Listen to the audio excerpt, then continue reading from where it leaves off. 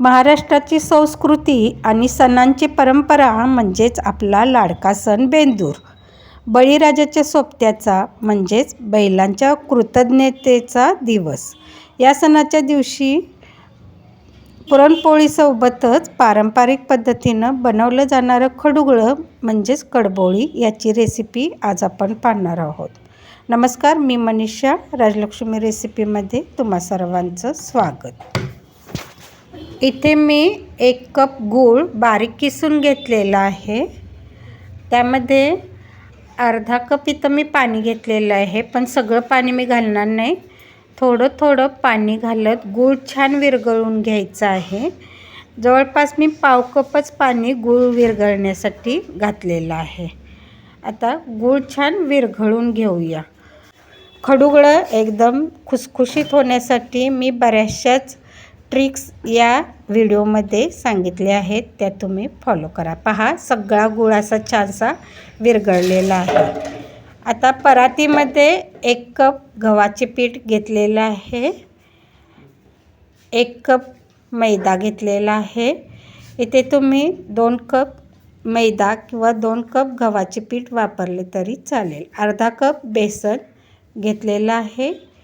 यामध्ये आता चिमटभर मीठ चवीसाठी घालणार आहे. छोटा चमचा वेलदोडाची पूड यामध्ये घालून घ्यायची आहे आणि 1 मोठा चमचा तेल मी इथं घातलेलं आहे. त्याऐवजी तुम्ही 2 छोटे चमचे तूप जरी घातले तरी चालतील. आता सगळं पिठाला तेल चांगलं चोळून घ्यायचं आहे. एकसारखं छान मिक्स करून पीठ व्यवस्थित घ्यायचं आहे आणि आपण जे गूळ विरघळलेलं पाणी आहे ते यात थोडं थोडं ॲड करत घट्टसर असा गोळा मळून घ्यायचा आहे. जर लागलं तर अगदी थोडंसंच पाणी यामध्ये घालायचं आहे, नाही तर दिलेल्या प्रमाणात व्यवस्थित पीठ मळलं जातं. घट्टसर असं गोळा मळून घ्यायचं आहे. ही रेसिपी महाराष्ट्रातील पश्चिम भागात, शक्यतो कोल्हापूर साईडला केली जाते. बैलांच्या कानात घालण्यासाठी खडुगळं केलं जातं.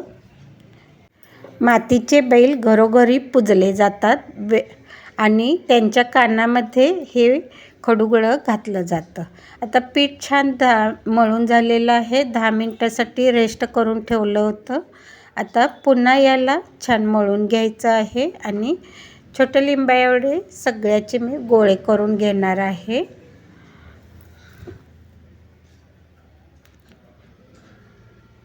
एका आकाराचे सगळे असे गोळे तयार करून घ्यायचे आहेत. मी सांगितलेल्या प्रमाणात 25 ते 30 अशा प्रकारचे गोळे होतात. आता एक गोळा घेऊन हाताला तेल लावून मी अशा प्रकारे लंब आकार देत एक लांब असा दोरीसारखं वळून घेणार आहे आणि त्याला कडबोळ्याचा शेप देणार आहे. गुंडाळी करून असं गोल गोल करून शेवटचं तोंड मिटवायचं आहे. घट्ट असं प्रेस करून मिटवायचं आहे. छान असा कडबोळ्याचा आता आकार देऊन घेऊया.